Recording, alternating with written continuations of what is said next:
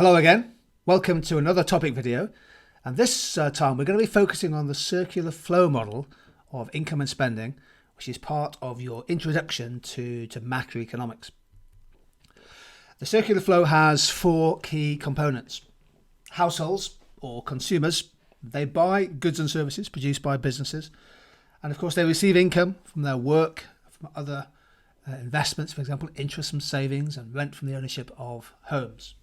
So households are really key to understanding the circular flow.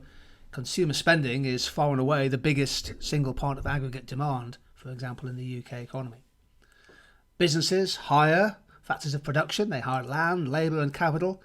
They then supply goods and services, and then of course they receive payment from consumers. That creates revenues and profits, and of course businesses create factor incomes in the form of wages and salaries, which stays within the circular flow model.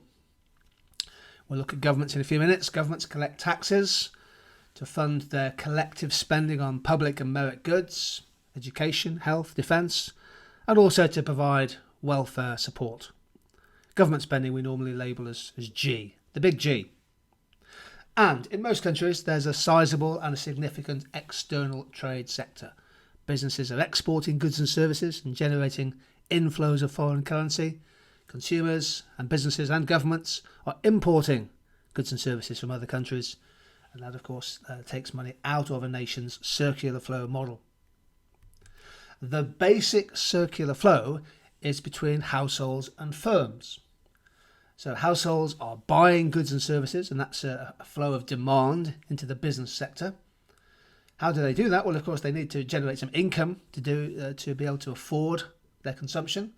Firms are supplying goods and services, producing the output, and that generates a flow of factor incomes back to the household sector, largely in the form of wages and salaries for people in work, but also one can include things like rent income if you own property, the interest on savings, the share of profits in the form of dividends.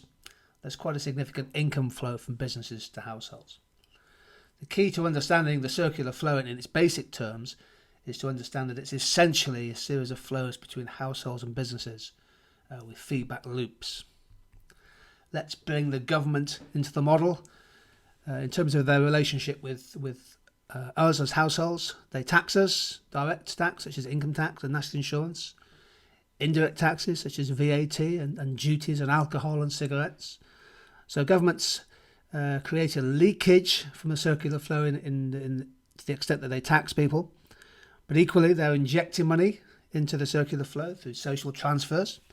That's welfare benefits such as the state pension, unemployment assistance, housing benefit, so on and so forth. And there are quite important relationships too between government and firms. So yes, governments tax businesses. Corporation tax would be a good example, perhaps some environmental taxes, what have you. But increasingly, of course, the government and the firms have a spending relationship. So if governments are building new social housing, or perhaps building a new motorway or a new prison, what have you, then there's going to be an injection of government spending into the business sector, government spending on goods and services. Now we add in the external trade sector, as our diagram gets a little bit more detailed. So money leaves the circular flow in the form of imported goods and services. The products made in other countries come into the economy, but money leaves the circular flow. But on the other hand, UK businesses are exporting goods and services to consumers in other countries, and the money from exports flows back into the circular flow. It's an injection of additional aggregate demand. So the external sector is particularly important, especially for highly open economies. For example, in the UK, nearly 2/3 of the value of our GDP is linked directly to the value of exports or the value of imports. Trade is important. This is my final slide looking at the circular flow model. As you can see, we're building it up sequentially. So we started off with the basic household firms model. Then we added in the government sector, and then we added in the external sector. And for this final iteration and it's the one that perhaps you might want to snag or print off for your revision notes. We add in the financial sector, just if you look at the bottom left-hand side of my diagram here. So the financial sector, banks, insurance, all kinds of different financial markets and things. The financial sector is a way of channeling the savings of households and businesses and repackaging those savings in the form of loans and other forms of finance, for example, to fund business investment. So the financial sector, particularly the commercial banking industry, is an important part of the circular flow. Those funds funding investment are important because, of course, firms spend on other firms. A business might build a new factory, buy some new technology, create some new capital goods in the act of production. So investment, business investment, is an injection into the circular flow. If you follow across the bottom and then head upwards, business investment flows back into the circular flow. So here's our model. And if you think about it, there are three ways that money leaves the circular flow. And we call those leakages or withdrawals. And those three leakages are savings by households, money that's earned, not spent; taxation, income generated which flows to the government; and imports, income earned and subsequently spent but on foreign produced goods and services. So three leakages: savings, taxation and imports.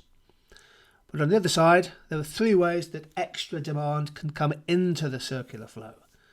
Three injections: business investment is important, government spending, and the income from the sale of exports to other countries. Three injections. Here we go. Here's a quick summary for you. The three injections into the circular flow: investment, spending in capital goods; exports of goods and services, the products leave the country but the money comes in; and government spending into the circular flow. And there are three leakages: saving, imported products coming in, money leaving the economy, and taxation. Three injections, three leakages in the full model of the circular flow.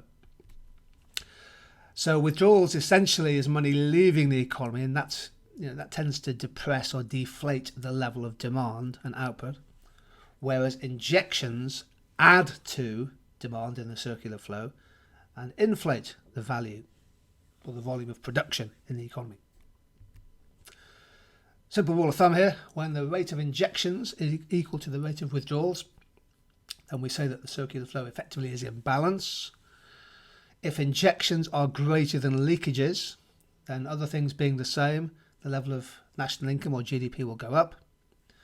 But if the rate of leakage is greater than injection, for example, a big rise in tax or a significant increase in imports, then that will cause the level of GDP to fall or to contract. There we go. I've taken you through my model of the circular flow. Your diagrams from your notes at school might be slightly different. So there's no necessarily right or wrong answer. It's just my look at the circular flow. And I think it's useful in terms of understanding how countries grow and how the economic cycle starts to emerge. Thanks for joining me on this one. See you again sometime soon.